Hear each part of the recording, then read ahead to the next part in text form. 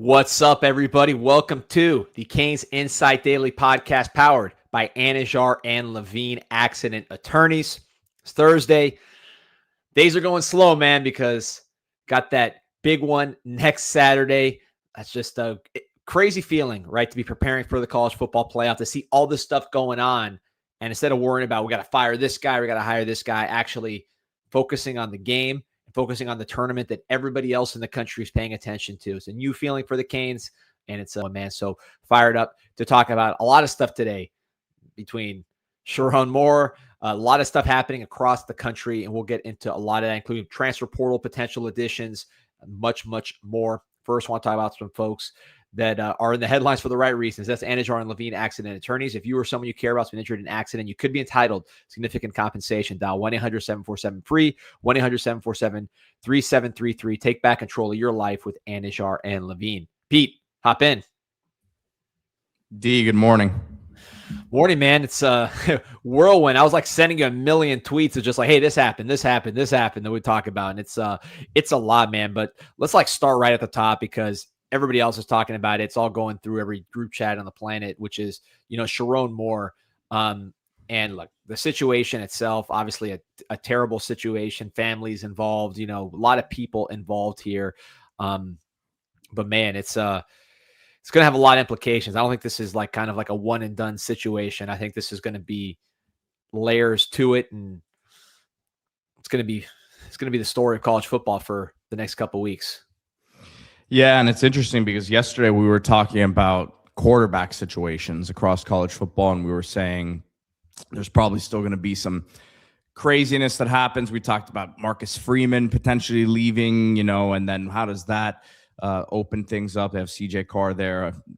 They have a lot of guys who would want to come play there if they brought a big head coach in, and then this happens with Sharon Moore, and obviously, like you said, the situation itself still a lot of details to come out, but it's looking ugly right now, and obviously Michigan firing him with cause here, so they're gonna have the money to do. They would have had the money to do whatever they wanted anyways, but they can really, quite frankly, just go pick who they want for the most part, I'd imagine here, D. So this is going to be a very interesting search.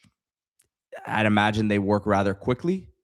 I don't think this will be a super drawn out process. Again, if you're coming from Michigan's position, you probably have 2 or 3 candidates you really have your eye on, and they'll probably be able to land who they want.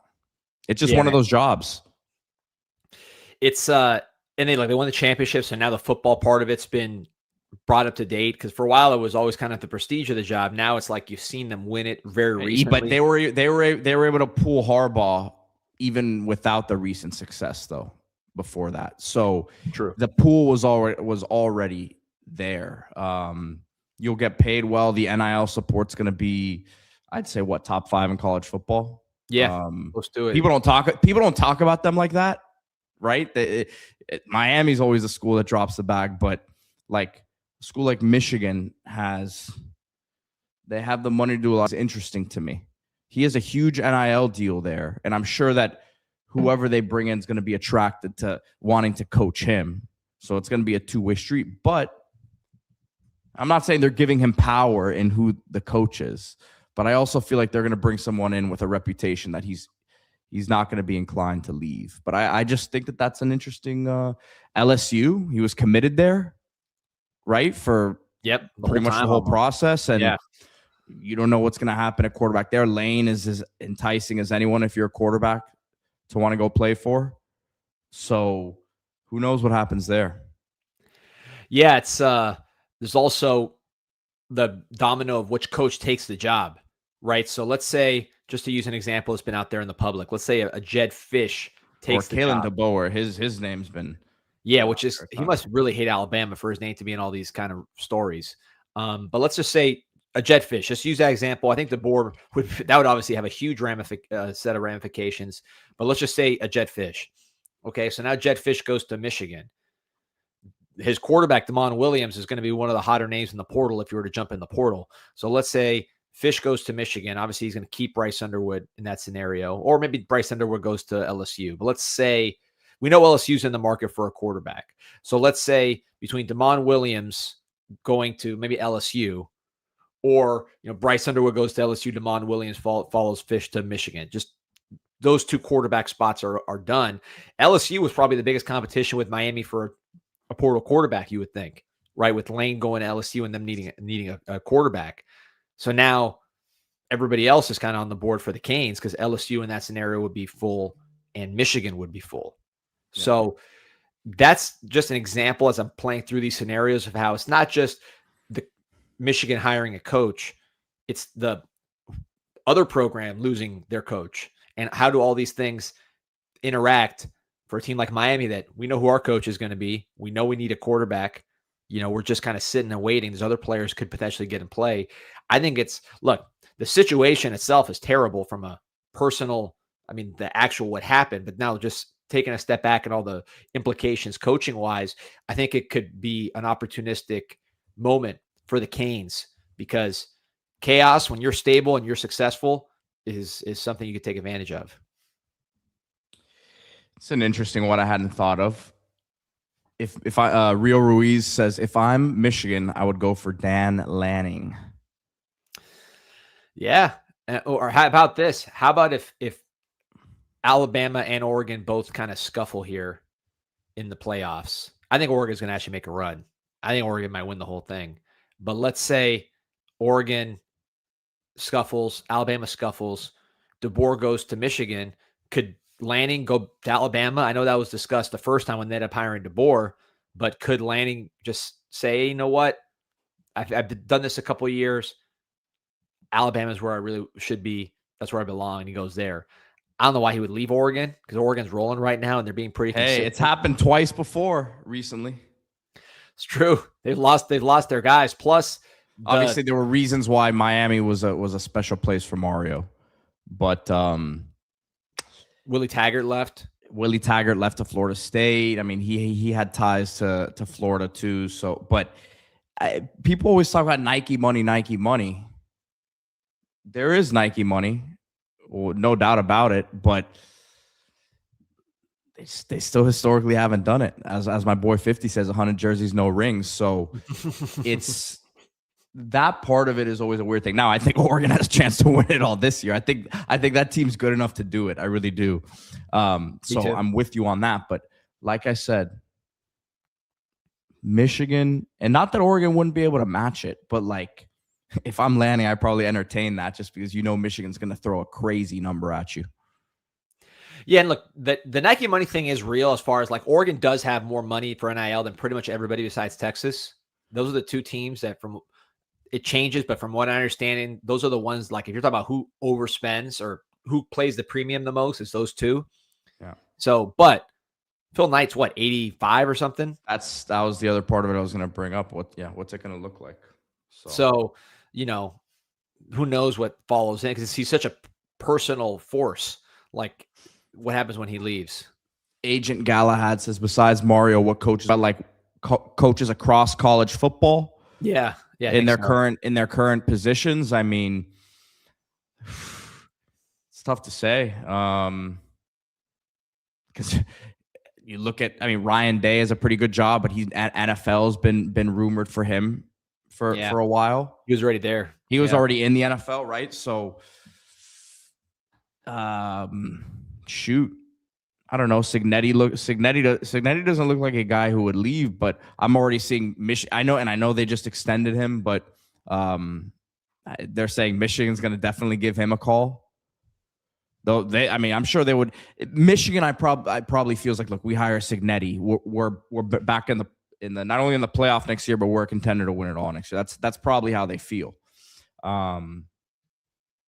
So I was texting you yesterday. I had another guy who just got an extension, but Clark Lee at Vanderbilt seems like he would be an amazing fit there. Now, Michigan's going to shoot high here. So I don't know, he may not have enough success just yet for them to take that leap on him, but I think that's a perfect hire. For sure. He reminds me of Dusty May, who's their basketball coach who they took from FAU, same sort of prototype as a head coach. to me. Do you think Kirby would Gruden? leave, by the way? Not for Michigan, but I'm saying like in terms of like a coach that would never leave. Like Kirby doesn't strike me as an NFL kind of guy. I can see He Kirby doesn't not strike me really as an wanting to leave. NFL guy. He's just, I think these college coaches, we were talking about this the other day, D.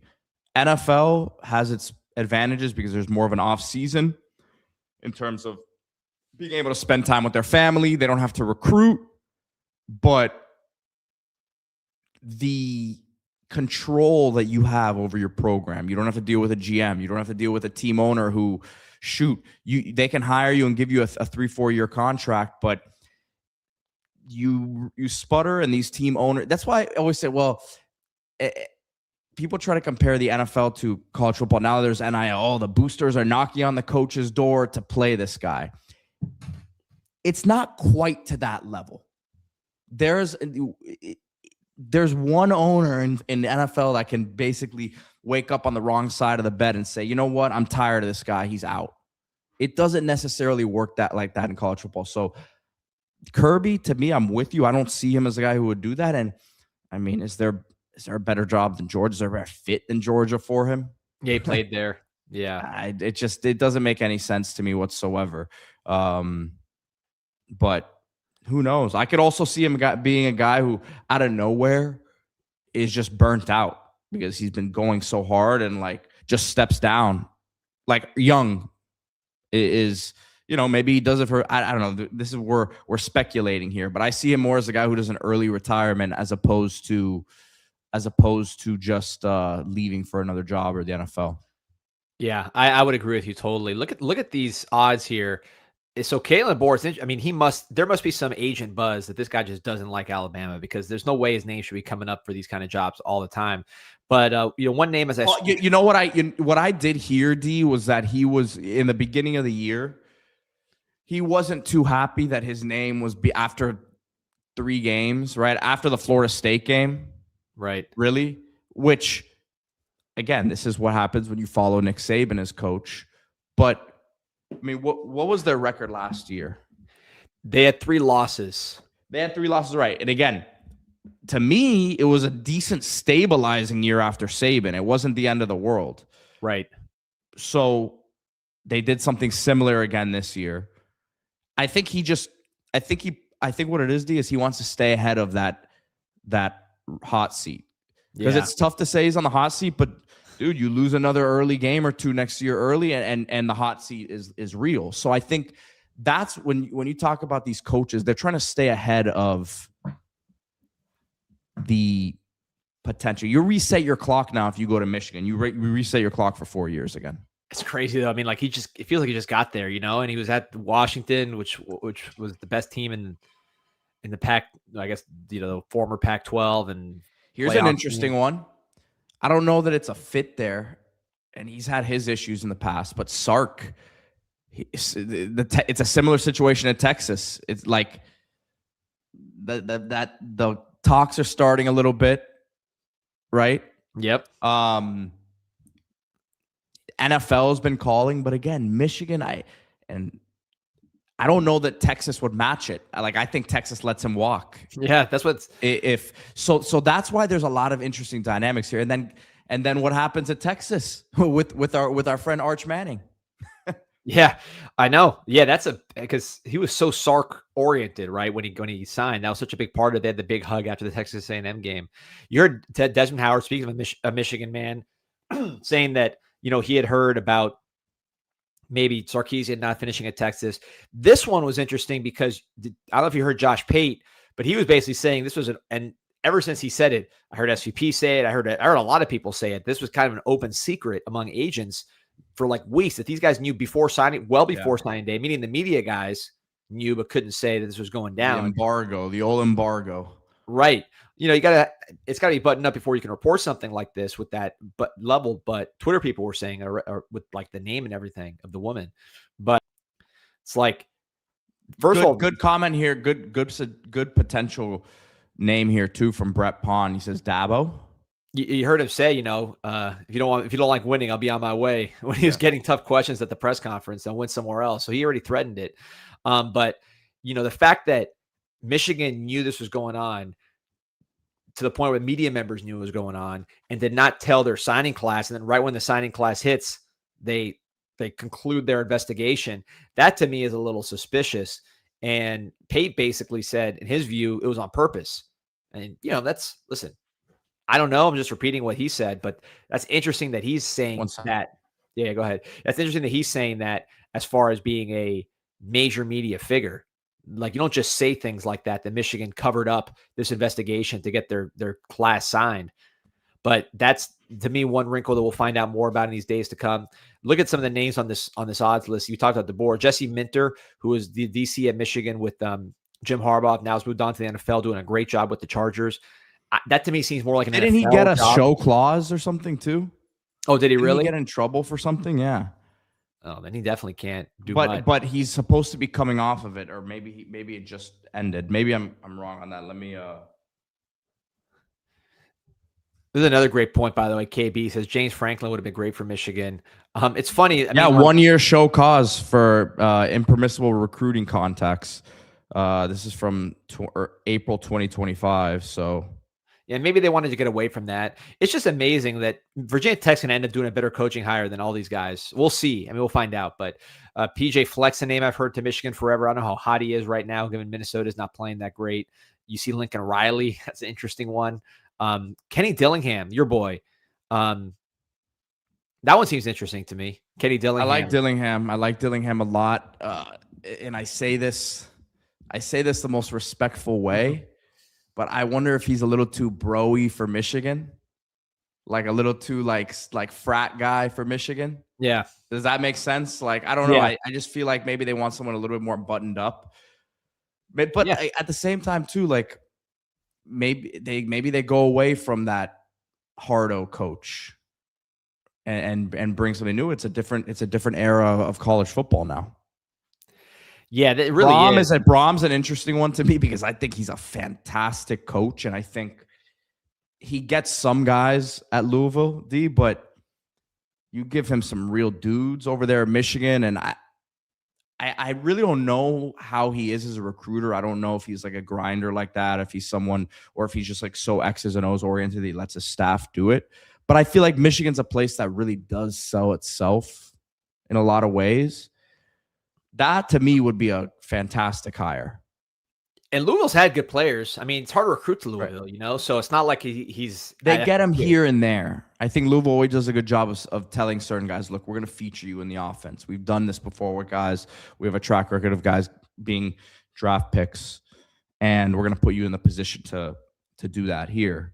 But you give him some of the guys that Michigan gets year in, year out, and you know that he's going to be able to recruit. I mean, shoot, him and Bryce Underwood is a scary proposition. Yeah, no doubt about it with the way he calls plays. And, NIL is a problem at Louisville too. So I think that's a reason why he hasn't gotten guys. Look, I want to get you this comment, Pete, from Martin Dubé, because this is up your alley. He says, college football must learn about stability from German national soccer team. Only 11 coaches since 1930. It's been looking shaky lately, though, Martin. I don't know. Do you believe in Nagelsmann? Is this the year? Yeah, I don't know about Nagelsmann, but, stability. Obviously, I'm a Miami Heat fan, so I value it there. You look at the Steelers. Look at Indiana. So even though Cignetti was the new coach, he brought in all the guys he's been with forever, and they stayed there. So that was everybody knows what each other is doing. So, yeah, that's a good point from Martin. I'm just looking at these names and kind of how they would impact Miami. I mean, DeBoer, obviously, Alabama, a lot of guys there that we recruited that we'd love to get another crack at. Keelan Russell, who's a elite 5-star #1 quarterback in the country last year. What happens to him if Ty Simpson comes back? So DeBoer leaves. Does Ty Simpson go pro? Like, a lot of dominoes there. Jed Fish, we talked about. Damon Williams, I think, would be the domino because he would then probably leave Washington somewhere. Maybe, I don't know, but potentially leave Washington somewhere. And then that affects the quarterback sweepstakes because you got I believe it was like 8th in the country in passer rating. He was top 10, just like Beck. And so that would be another domino. You look at some of these other guys, Lincoln Riley, we had a ton of recruiting battles with USC. So if he were to go somewhere, what happens with that? And then landing down here as well. Jason Johnson says, went to high school with Jesse Minter. Great guy. Dad used to be the Cincy coach. He fits the bill. But yeah, you've had so many scandals. I mean, Michigan's had scandal after scandal. Steven Smith says, I don't see guys that are coaching their alma maters leaving. Kirby, Dillingham, Brom. I agree on Kirby. The difference with Dillingham and Brom is Dillingham has openly been advocating that they need more NIL support over there. That's a telltale sign to me that a guy goes. And I think Arizona State's program is really cool. I used to recruit there all the time. I love Tempe. I think that you can have a really good program. I think that could be like, if you hire the right coach, there could be a 9-10 win type of program a year in the Big 12. But Dillingham, I'm sure, also has certain aspirations, and I'm not sure that year in, year out, he's going to have the resources that he wants to compete at that high level at Arizona State. Brom, a similar situation, I would say. Yeah. The Brom thing, I think the NIL, he hasn't been as vocal about it, but he needs it. He definitely needs some more NIL support. So I think that's where it fits there. PJ Fleck, yeah, this is a name I've heard of with Michigan a ton. I don't see it. I mean, what was Minnesota's record this year? They sucked. Just Washington. They're consistently average. I mean, I don't think he's never going to lose his job at Michigan, at Minnesota, because it's just one of those programs that I think has to realize they know what they are and they aren't going to do much better than that. Yeah. All right, 7-5. They're better than I thought. Yeah, but that's what they do. Look at his records every year. That's what they do almost every year. Yeah, 8-5 last year, 6-7, 9-4, 9-4. This is what they do. 11, a couple 9. I mean, listen, it's if you're a Minnesota fan, what can you expect? The Lawrence Maroney and Marion Barber days are long gone. Yeah, R.I.P. Marion Barber. Yeah, R.I.P. Marion Barber. John Gruden is the one that Barstool's campaigning for. Obviously, he's an employee, but look, he's got worse odds here than Manny. That just seems too far-fetched for me. Look at our guy, Joel, man. A Canes legend. Appreciate you to the bone, man. You're the man. Look at this. Living in Charleston, South Carolina. Hard to get my Canes fix. Thanks for checking that box for me. AR, Mike, Steve, Lance, Fink, oh man, and Chat Sickos have me dialed in. Shout out to East Los, Anajar and Levine, Lomello's, Lickin', BUZZN, U-Health, etc. Consider donating. Feels good to be relevant. Joel, you're the man. Appreciate you. Thank you for being part of the Canes, man. And those who don't know, Joel, you see him in the comments every day. One of the Canes Hoops originals, man. Played at Madison Square. Now holding down the chat. The man. Hold on, Pete. Let me clear my throat. I'm out here. My voice is crumbling through puberty on this show today. Hold on. I'm gonna bring something up right now, D. Listen, I always have those occasional cracks. All right.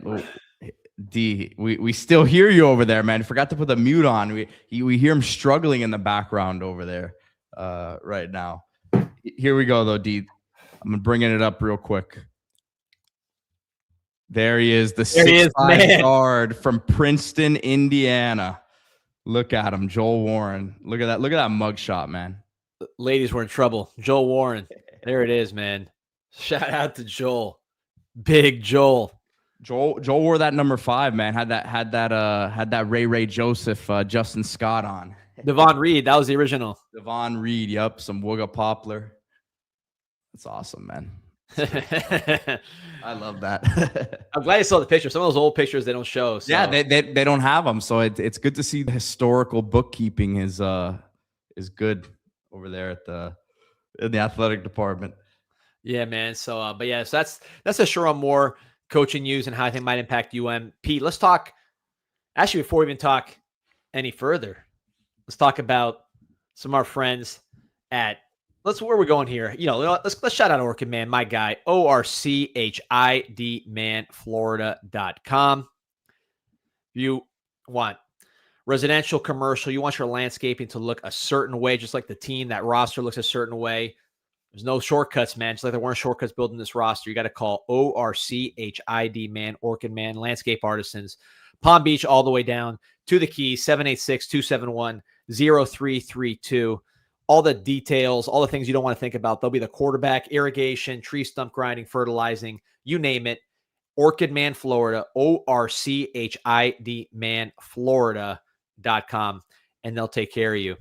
Pete, there's some more coaching news I want to get to involving an opponent of the Miami Hurricanes, the opponent of the Miami Hurricanes, only team on the schedule right now, Texas A&M, as they had a defensive coordinator agree to a new job right before the playoff, as Jay Bateman is going to be the next defensive coordinator at Kentucky. Sounds like he'll stick with the program, although I'm not sure about that.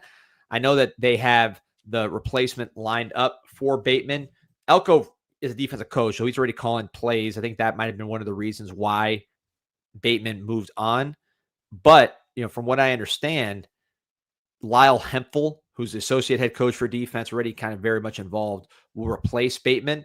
I don't know if that means it's going to happen now before the game or it's going to happen after the season. That hasn't been clarified yet.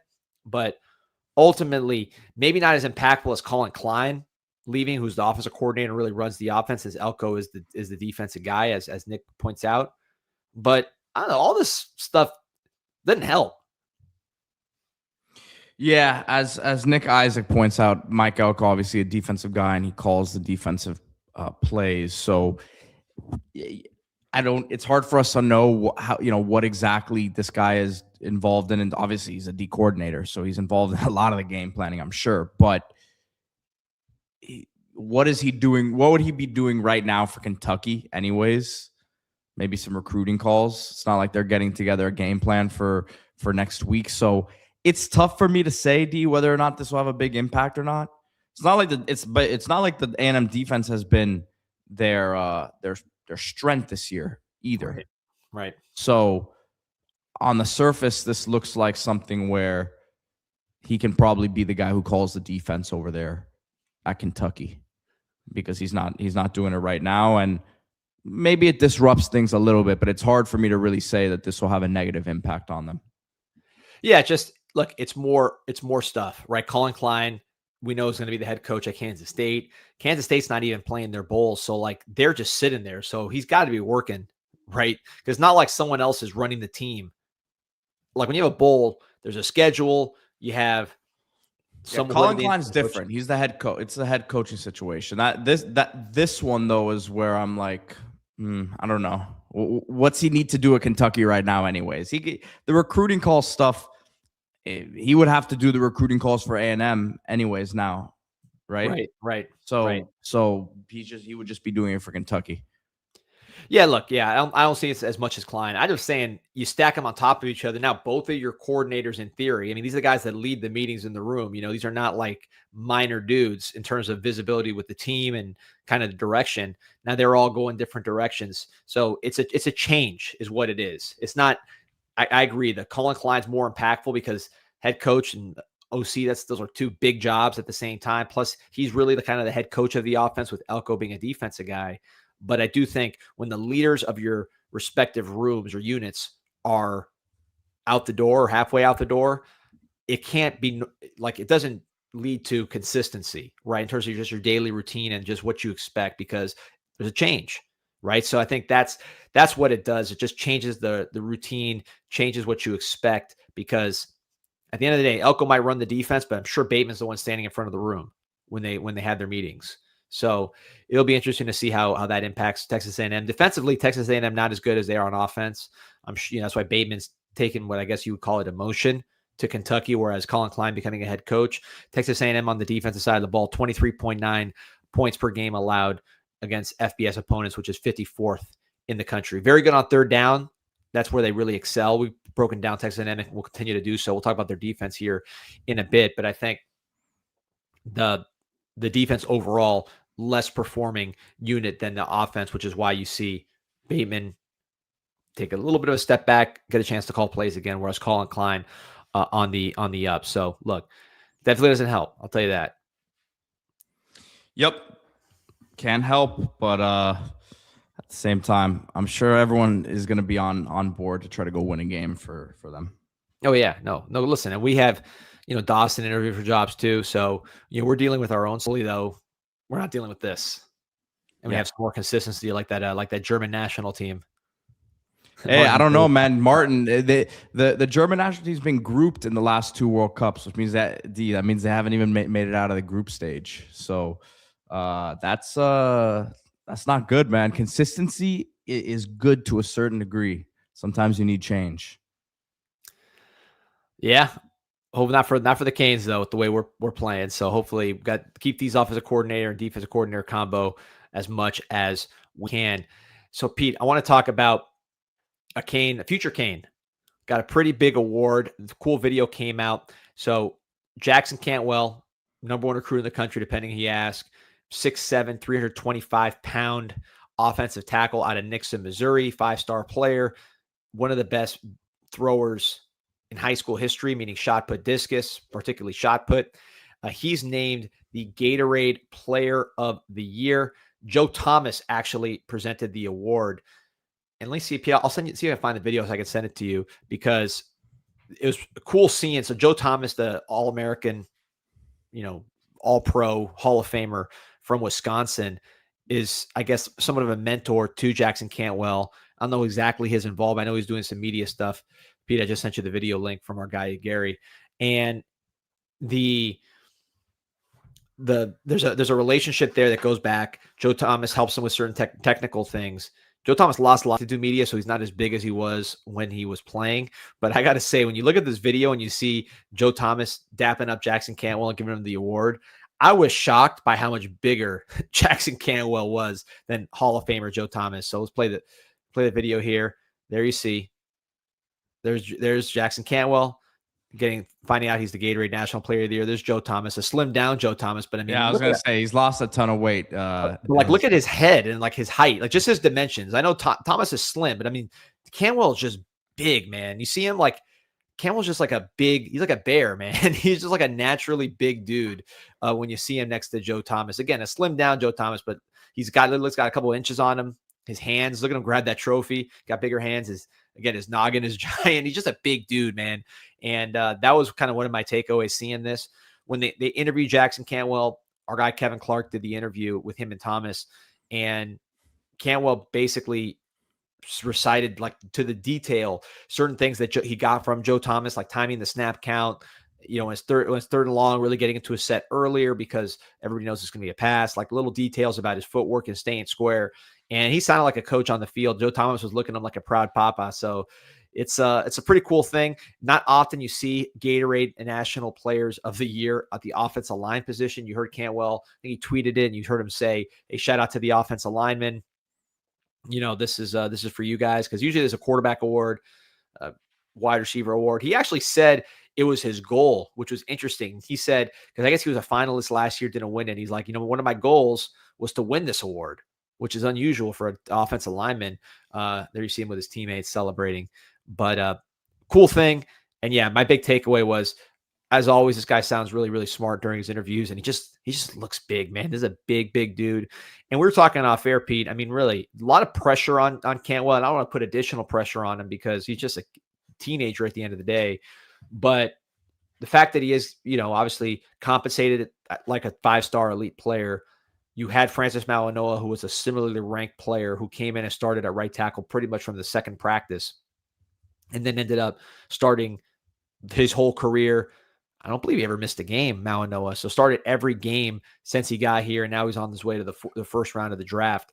That's a lot to live up to for Cantwell, but I think given the pedigree, given his own expectations, I'm sure for himself, given the expectations everybody has for him, the financial investment, I do think that is what you hope to see, is if you can get Markel Bell back there at left tackle, and then Jackson Cantwell on starter at right tackle, 3 and out. And even in the interview, he's like, look, I have a plan to graduate in 3 years. I was talking to my academic advisor, my plan. And he wasn't saying it as matter of fact as I'm saying it. It was much more humbly how he put it, but basically like, I'm planning to be out here in 3 years. So I'm going to graduate in 3 years, and, I'm going to do as good as I can to get out of here. Not in those words. I mean, he was excited to be a Cane, but he was clearly he had a very detailed 3-year plan.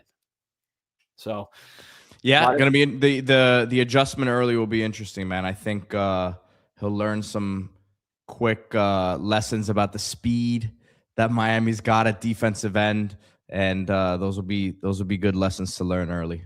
Yeah, well, we've talked about it. The Under Armour game, he had some struggles with speed, but he's aware of it, and I think that's part of it. The size is going to help him, because at the end of the day, look at Markel Bell, someone who, Markel Bell did not come out the womb, with the quickest feet as far as mirroring these very fast pass rushers. He learned how to use his length. He was very technically sound, became a technically sound player, very diligent worker, very self-aware guy. So I think with Markel Bell, you had the pass blocking concerns, but then you say, okay, this guy's got the length, this guy's got the size and enough athleticism, and he's extremely smart, and he's going to learn how to use his body in the best way. And then became, which I think this year, Bell's been pretty much an elite pass blocker, to be honest with you. I mean, no one has touched back from the backside unless it was just a very wide blitz. So I would point to Bell as an example of someone who, yeah, maybe I saw Bell on Green Street have some really tough moments where you're like, man, this guy's, it's going to be a process with his movement skills, and then learning how to use his body and use his unique physical gifts to become the pass blocker he is today. So I would use that as a comparison. But Chris has a comment on Bell. I know you want to address that one. Yeah, he says Bell's a senior, so he thinks that the battle will be between Cantwell and Okunlola. And yes, he's a senior, but he has received his extra year of eligibility from the JUCO ruling last year, and he's in the process of deciding, man. I think there's a pretty I'm going to say there's a good chance he comes back based on what I understand, but also understanding this, and this is what I said yesterday, this playoff run opens up a different opportunity for certain players to showcase their talents against other NFL talents, which are the games that are really matter for the scouts. A guy like Markel Bell, who may be considered a mid to late round guy right now, is going to have the opportunity here to play against a Cassius Howe, who probably a later round guy just because of his size. They're saying he's moved up the board a lot. He's definitely getting drafted. But the point is, he's an NFL talent. Yeah. You go out there and you ball out against him. You hold him in check. You have another opportunity, and you win the game. You have an opportunity against Curry from Ohio State the next week. Oof, yeah. You do well there. You hold him in check. You win the game. These are all hypotheticals, but I'm telling you now why these draft decisions, like, I think guys do have certain decisions already kind of in their mind right now. But shoot, same Mark Fletcher. He's another one who's going to have a decision to make. Mark Fletcher goes out there and runs for 140 against Texas A&M and follows it up with another 100 plus yard game. Like, do you say, man, this guy, does the buzz build on him? And does he say, I got to strike when the iron's hot? So that's where some of these decisions will get interesting here. But yeah, definitely Bell could come back, man. So that would be, I think right now he's a top priority to get him locked in here. I agree totally. I think he is a top priority. And I think really in terms of the game next week, the matchup between Bell and Cassius is going to be the game, right? That's like the matchup, because you have a big guy against a little guy. Howell is so tenacious. His motor does not stop. He's got second efforts that get a lot of sacks. He's super quick and explosive. Bell, at times, has struggled with the smaller guys. At times, he's engulfed the smaller guys. So how that matchup works out, I think is going to be very, very, very interesting. Nick Isaac said, with Fletcher's injury history and the nature of running back position, I think he should go pro. As much as I wanted to stay, this is your window and take a shot at the NFL. The other flip side of that is, if you're not guaranteed to get drafted, or you may be a 7th round pick, 6th round pick, and you know Miami will pay you well to come back, why not take your guaranteed money? Because unfortunately, we see what's happened with Damian Martinez here. And I'm not saying it's the same exact situation, right? But he's probably looking at that saying, man, I take my last year and get my guaranteed situation here. So it's a tough one, tough decision to make. Yeah, I agree. I think Fletcher, he's had injuries, so I don't know what his draft value would be right now, given the injuries, given that, running backs are devalued, and particularly the type of back that Fletcher is not usually in the draft and free agency. You see guys paying premium for the speed and the explosiveness, right? And then they'll look at guys like Fletcher. There's other guys that can fill that role. So you pay for the fast guys at the NFL level, and you can have the bigger guys, because there's just, when you get to the NFL level, there's more of those guys.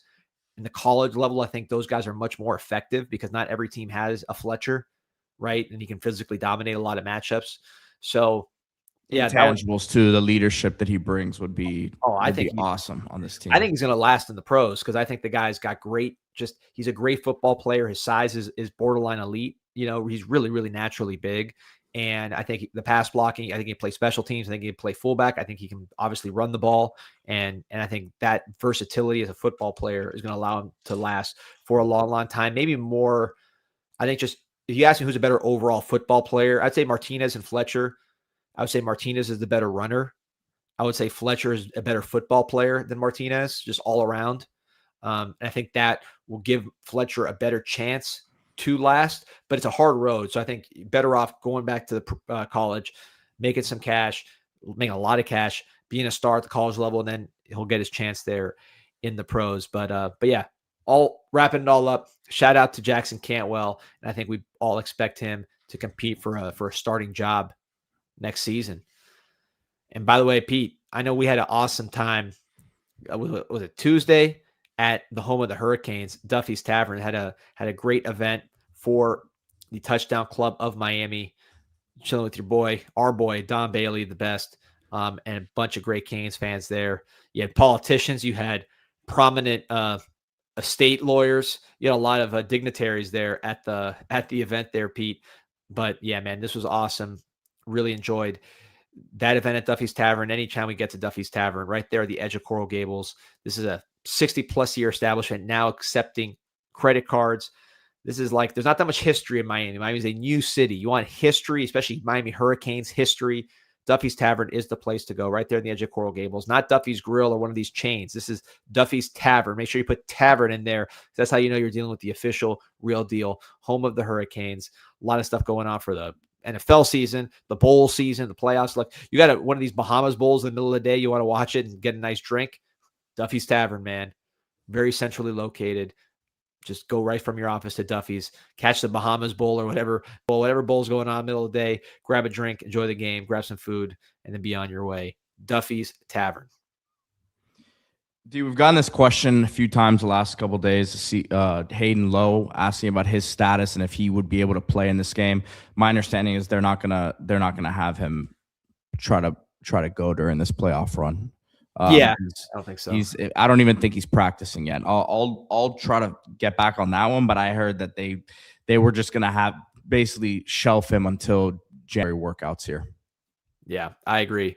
By the way, so listen, Bruce Feldman just did a story on the Michigan job, and Bruce Feldman's much more plugged in than the people that have chimed into this point. So I want to read some of the things he's saying because this guy is really plugged in here. He said DeBoer, he was never a serious candidate for Penn State. He said his interest in Michigan could depend on the outcome of Crimson Tide versus Oklahoma. If Bama loses that game to cap a disappointing final month, pressure will mount around Tuscaloosa. Yeah.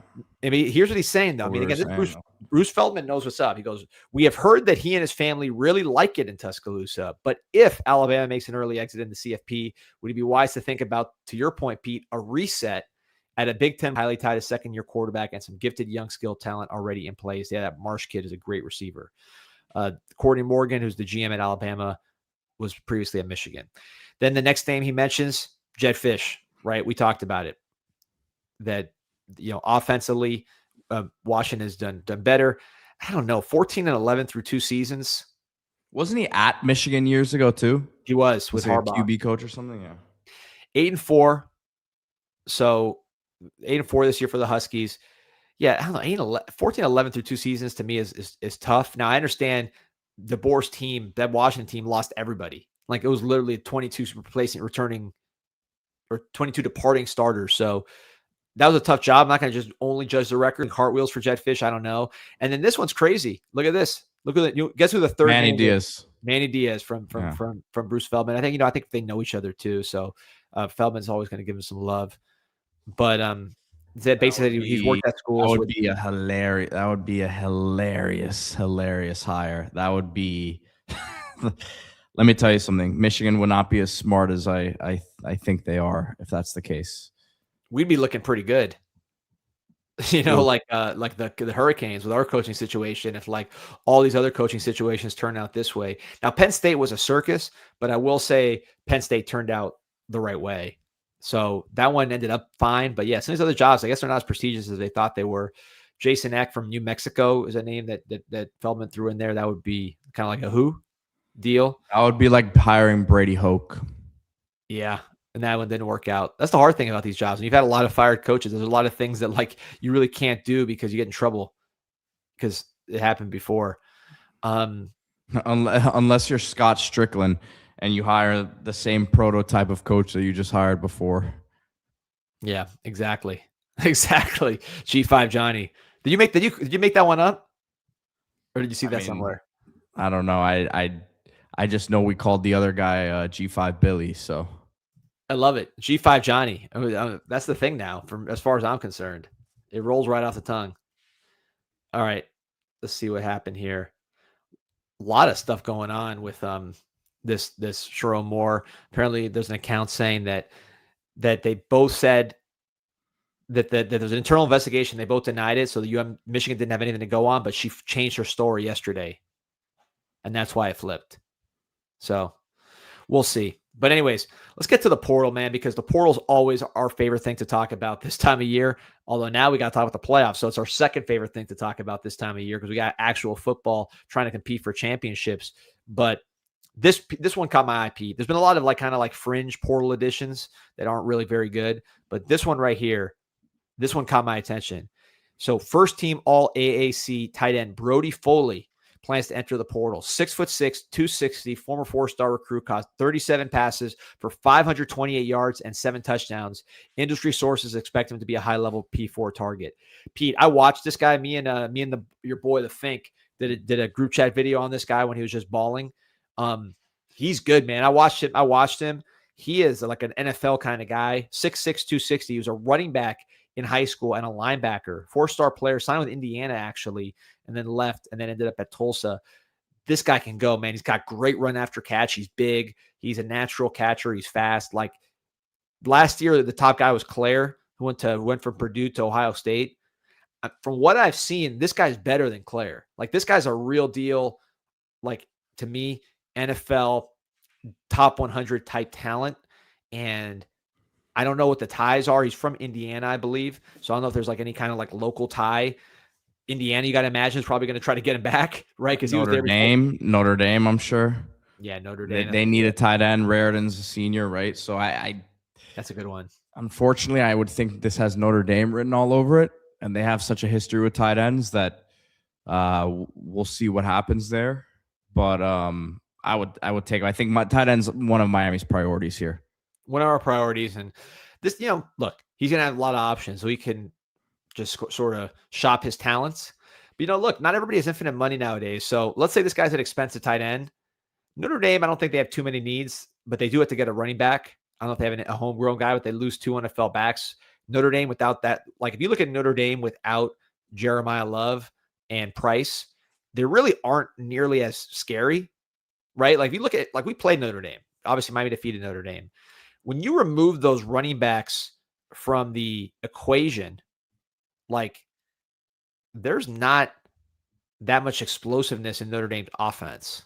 They don't have that much to scare you. I like Carr, obviously. Their offensive line is always good, but they really need that high-level juice. So maybe they have to replace the running back. I don't know. We'll see. Kane's Cat, the best, man. This guy's on every single video. He reminded me in the group chat video, his Indiana tight end coach had a connection with the Tulsa tight end coach. That's right. So basically, the coach that recruited in Indiana, he wasn't playing there, and he called this guy at Tulsa. He's like, listen, man, this guy's really not playing for us, but he could definitely play for you. He's good. And that's how he ended up at Tulsa. So does that coach stay in Indiana? And I'll to pull the name of the Indiana tight end coach. Does Foley go back there? Hard to say, man. This is a really good player. And again, if you're talking about tight ends in the portal, I would not be surprised if this guy, it's only December 11th, I would not be surprised if this guy stays, Pete, as the highest ranked tight end. So you can pull up his huddle real quick while we're talking about him. That doesn't freeze on me. It's just his high school stuff, so you can see what I'm talking about. They're just breaking down Miami's tight end situation. Lofton, I think, will be back. And he's starting to play a lot better. For me, with Lofton, having seen him play his best in practice in last year and seeing him fall off, I would be more focused on having Lofton lose weight, get healthy, obviously, and be more of a tailback, fullback, H-back, like just a straight running back of some sort. Obviously not going to be your lead ball carrier, but someone who is more in the backfield than on the line. I think we need a pure blocking tight end. Can't find any. I'll send it to you. I think we need a pure blocking tight end. We've missed a pure blocking tight end in my view for a while. Like last year, if you look at last year, McCormick got a lot of hate just because we were like, oh, McCormick can't catch. McCormick and Riley Williams were huge for us last year. If you're looking for reasons why the running game took a huge step back, to me, the reason the running game took a big step back, there's a lot of reasons. Obviously, you missed Danny Martinez. He was a great runner. Lyle never got going. You didn't get Pringle going until later. Some of the play calling, especially short yardage. There's a lot of reasons why the running game took a step back. But I think a very big one was you missed those big athletic guys on the outside at tight end. Riley Williams being one of those, and Cam McCormick being one of those. So we'll see. Riley Williams is back on the market. Could he potentially return? I don't think that's implausible at all. I think that could happen. We'll see how that plays out. But I do think you need, number one, physicality and length at tight end. You need another playmaker, and hopefully Lofton then becomes more of a fullback, which is what he should be, a dynamic fullback that loses weight and plays that position. You also don't forget. Does he want to do that though? That's the question. Yeah, we'll see. Should. I mean, he's not going to get taller for the NFL, so that's really his NFL spot too. But you also have Luka Gilbert. You have Brody Shaw. Luka Gilbert looked really, really good at times in camp. He played this year. Brock Shaw had some very nice moments as well. He's dealing with injury. You got two very dynamic tight ends. We'll see how much development they need.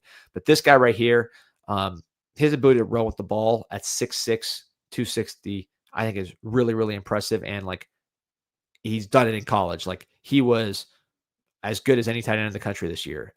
Truly, from what I saw when I watched him. So we'll see, man.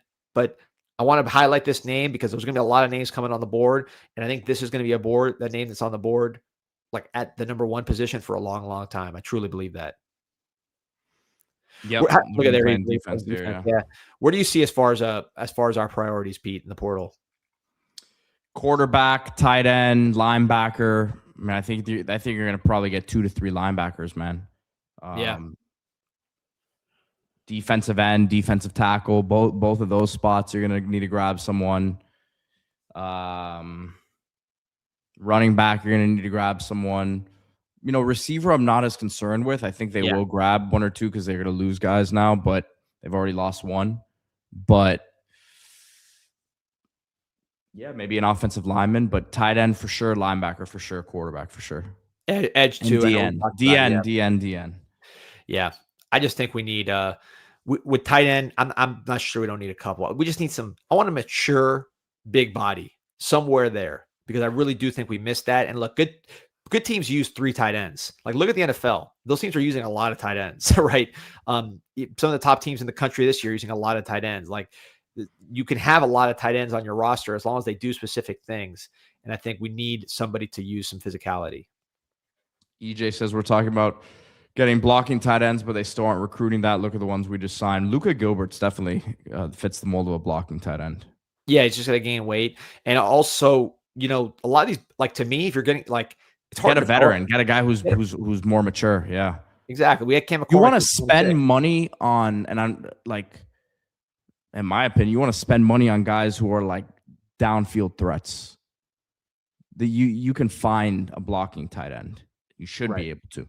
Exactly. Mature, already developed. Like, there's guys that are good out there that are older, that want to play. Maybe they played at a smaller school and they have size and they can get after it. So McCormick, perfect example of someone that, again, people didn't appreciate him till he's gone. But when you watch some of those highlights of some of the blocking on the edge, took a step back. EJ says 26 class, brother, not 25. Shoot, you needed some field stretchers this year. You don't have them on the team right now. So, and those guys are easier to get. Like, it's easier to get the blocking tight ends to me in the portal for the reasons you said, Pete. Now, this guy we just talked about, Foley, this would be the dynamic tight end. But you mentioned Notre Dame, Indiana, Ohio State, I think Claire is a senior already. Maybe he might be gone. So they might be looking for somebody. Michigan is always in the hunt for tight ends. I mean, there's going to be a big market for Brody Foley. I really think this guy, it did not make a dent when it went in the portal. I didn't see a lot of tweets about it, but I'm telling you, having watched this guy, he is going to be one of the big names in the portal. Like I'm pulling up his game log just so you can get some idea of some of the production this guy's had. So Brody Foley at Tulsa again he's from Cincinnati, Ohio originally. So actually I thought he was from Indiana. He's actually from Cincinnati, Ohio, as is Luka Gilbert, by the way. But he's actually from Cincinnati, Ohio, but signed with Indiana. This guy against ECU, which is a pretty good team, 6 catches, 126 yards and a touchdown. He had a 72-yard catch against Tulane for a touchdown. Tulane was a playoff team. You know what I mean? Oklahoma State, which is power 4, 5 catches, 66 yards, including a 42-yard catch, had a 40-yard catch against Oregon State, 7 catches, total 95 yards. I mean, this guy can really, really go. And I think he's going to have a huge market as a tight end, Brody Foley. So keep an eye on that name, and we'll keep an eye on tight end in general for the Miami Hurricanes. I think we could take multiple guys there potentially. EJ says make SJ a tight end. I think fullback is more likely. He's doing it. He's already playing that now. He's already playing it, but I think full-time fullback is something that he could do. I think he can be a center. He's gonna have to learn how to snap. That's the biggest issue with people thought the biggest issue with SJ playing early was his size. Really, the biggest reason why SJ didn't play more center this year is not size related, because he actually played a pretty good amount of guard, and then of course at fullback in more meaningful snaps. It was his snapping, because SJ, even though he's built like a center, was a guard in high school, so he did not have the snapping down pat. If he can get the snapping, I think he'll be just big enough for center. Remember, Jason Kelsey, I'm not saying he's going to be that, was basically the same size. Maybe he was smaller in high school. In college, he was a linebacker in college. He's a small guy, super athletic. But I gotta say, everyone's talking about the center position. Everyone much maligned this year, huh? Let's give a shout out to our first team All-American center, James Brockermeyer, man. Oh, Big Brock. CBS Sports first team All-American, man. Let's go, baby. I love it. Shout out to him, man. Also, again, great for recruiting, because you could just show, hey, look what happens when you come to Miami. I'm happy for Brockermeyer. I interviewed him. He was a great kid. I think really with him, it's the pass blocking that, some of the run blocking stuff got some criticism, obviously got knocked back a couple times in some big moments, but there's a reason why Beck did not have very much pressure. If Beck was getting a lot of pressure over the middle, you would have noticed it. You would have noticed that when the center's getting beat off the ball and knocked back, whereas Beck had all day to throw. I think Brockermeyer, the intelligence, the pass blocking, really brought some stability there. So shout out to Brockermeyer, fixed that snapping issue he had very briefly, and playing his best football at the most important time. So yeah, shout out to Big Brock, man, first team All-America at CBS. Yeah, center will be interesting, man. I think there's Ryan Rodriguez still very much in the mix to return and potentially be Miami center next year. We've heard that the Connor Liu name tossed around a lot in the comments. I think he's certainly a possibility, but he's also returning from a severe knee injury. So that's center's one of those spots where you need to be in there. You need to be working with the guys. It's a tough position to take mental reps with a new group, with the communication stuff and all that. So when could he be able to get out there on the field working with the guys would be my question. Yeah, no, it's a great question. Ryan Rodriguez still around, SJ. So that's going to be a position to watch. I don't know how that works with the center at Miami. I really don't know how that's going to pan out. So that'll be something to watch. But again, with SJ, talking to people, there's still a lot of hope he could be our center. It's going to come down to his snapping even more than his size, because he has certain things that make up for his size. Super great athlete. I mean, test off the charts. He gets really low. He has ways to get around the size problem because of other things he does well. The snapping, he's got to get right. And then, of course, Ryan Rodriguez, don't sleep on him, bringing some size, toughness, and experience to that position. Don't sleep on Ryan Rodriguez. But real quick, we got one last thing I want to get to, Pete, regarding interesting offensive coordinator candidate for Georgia Tech. But first, want to talk about our friends at BUZZN, BUZZN Drink. If you want to get your orders, first order, use code FIRST35 for 35% off. That's drink, BUZZN.com. 7.5 milligrams of real THC infused seltzer. Choose your chill. All hang, no hangover, all bubbles, no troubles. Forget the hangovers. Forget all the bloat from drinking. Switch to BUZZN. You'll be happy you did. Great variety, very refreshing taste. Cherry's my favorite, and nothing like a relaxing beverage. Look what all the buzz is about. That's BUZZN, BUZZN, at drinkbuzzn.com. You can buy them in person at Big Daddy's Liquors all across South Florida. Appreciate you, St. Teddy. Appreciate your support. Says, I know this is the transfer portal segment, but our linebacker play worries me, specifically Mo Torre getting isolated in spaces in pass coverage. I mean, look, that is the weakness of a Mo Torre, man. So, you know, you're right. It's like nothing really to say other than that is his weakness. His strength is going to be the physicality he brings in the running game. And I think our linebacking play overall has been good. You don't have a defense as good as we have with our run defense as good as we have if those veteran linebackers aren't playing at a pretty high level. But to say that, Mo Torre in space is not a mismatch in certain matchups, it is. I mean, you're absolutely right. But I think, there's time to work and get ready for that. See what Texas A&M does. Texas A&M has a lot of great space players, period, at the wide receiver position. They got 2 good tight ends. Not what I would call dynamic tight ends, but tight ends that can catch. But, I think, look, Pittsburgh had a lot of guys that could have isolated Torrey. They didn't get that going. I think the first thing in this matchup, Teddy, is Miami has to stop the run. If Miami's forcing these third and longer situations, that is their game. That's what they want to be doing, and I think that's going to lead to a lot of success. And I think Torrey, with how good he is against the run, is a big part of that. But we'll see. They got 2 weeks to work on it too, so it's almost like the NFL, where you can, if you have a weak coverage linebacker or safety that's tight, you can game plan for them more. In this case, it's harder to do in college because you have less time to plan, less time with the team. But here you got 2 weeks, so maybe. But hold on, I want to show you, Pete. I want to talk about this right here, which is Chip Kelly interviewing for the Georgia Tech offensive coordinator job. So Georgia Tech's offensive coordinator goes to the Florida Gators. Now Chip Kelly interviewing for that Georgia Tech job. I don't love this, man. This guy he looked good at Ohio State. Obviously, he had great players, but he looked good at Ohio State last year with Will Howard. Looked terrible in the pros this year. I don't know if that was all his fault. The team was a complete disaster. But, Kevin Dennis saying Chip is washed. I've heard that sentiment. Obviously, he's moving around a lot, so makes you wonder. But I did, notice what he did at Ohio State last year. That was not that long ago, and they looked pretty good. I wouldn't love this if this happened. I got to be honest with you, Pete. I don't know how you see this. Yeah, I agree. I'm a Chip Kelly guy generally. I think his offense obviously set trends in college football, and it's not exactly what it once was, right? But you see what they've done this year with Haynes King, and I think there's a lot of elements of what they do that could carry over with what Chip likes to do. And Chip changed how he called plays with Will Howard, a guy who was obviously more of a pocket passer as well. So we'll see how, which direction they take it in. But this is a big hire for them to make, because Faulkner was, I think, a big part of their success.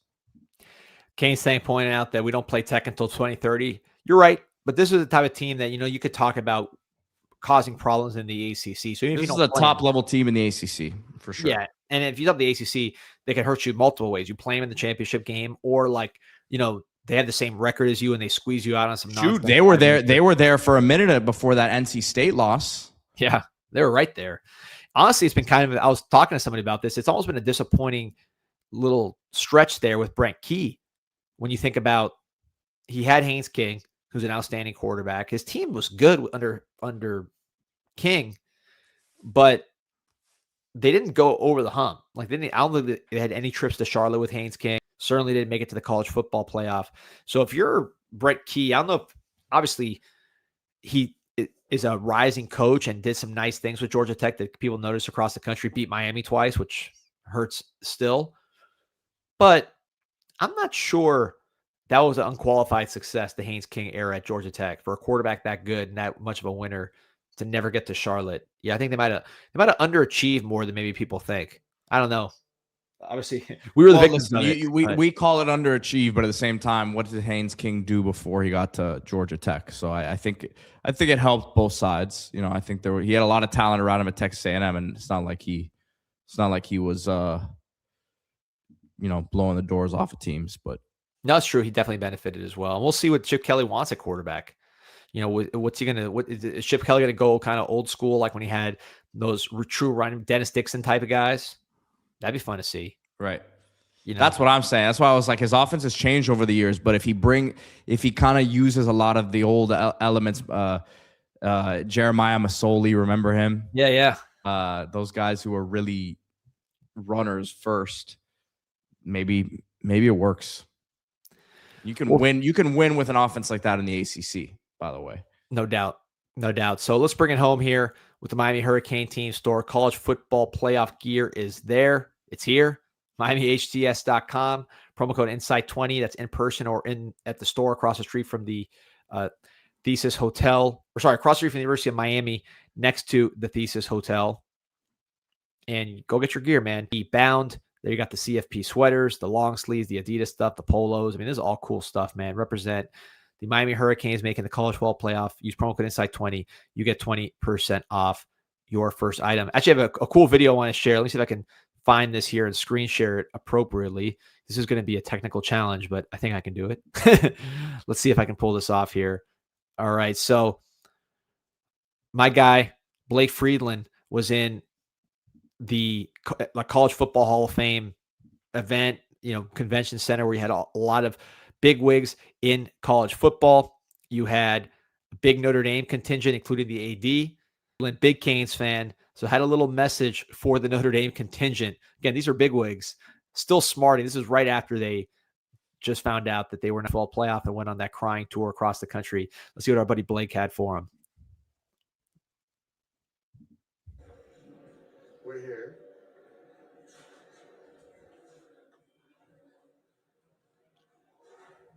Dawson.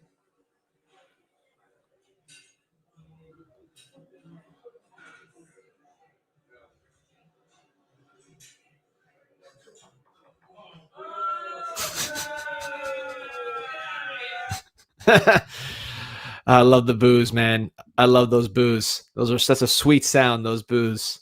Oh, man. Kick them while they're down. I'm a big believer in kicking people while they're down. You gotta take advantage. We've been down. You gotta kick them when they're down, man. You gotta let them know what time it is. So, yeah, man. Love it. Also, shout out Blake Friedland. So, real quick, also want to shout out a great event that is happening here in the city. Obviously, it's Christmas. There's gonna be a lot of toy drives. We're gonna be promoting a lot of them, man, because any way you can help is huge. And I wanted to shout out my guy right here. Let me get it open. Boom. Kevin White, look at this awesome toy drive right here, December 21st. Donations welcome. Toys for Children 0 and up. 12101 Southwest 219th Street, Miami, Florida 33170. They're collecting toys and they'll be giving them away on the 23rd. Free food and drinks raffle giveaway. There you see all the information. Again, if you're interested in helping out, you got extra toys. Maybe your kids grew up and then they don't, they're not using these great toys. 786-469-6534. That's 12101 Southwest 219th Street, Miami, Florida, for Christmas toy drive with my guy Kevin White Jr. trying to help the community, man. So shout out to everybody doing their thing. All right, Pete. That's it, man. It's a good episode. A lot to talk about around the world of college football as always. Who knows what kind of circus is going to happen tomorrow? Go Canes. Go Canes.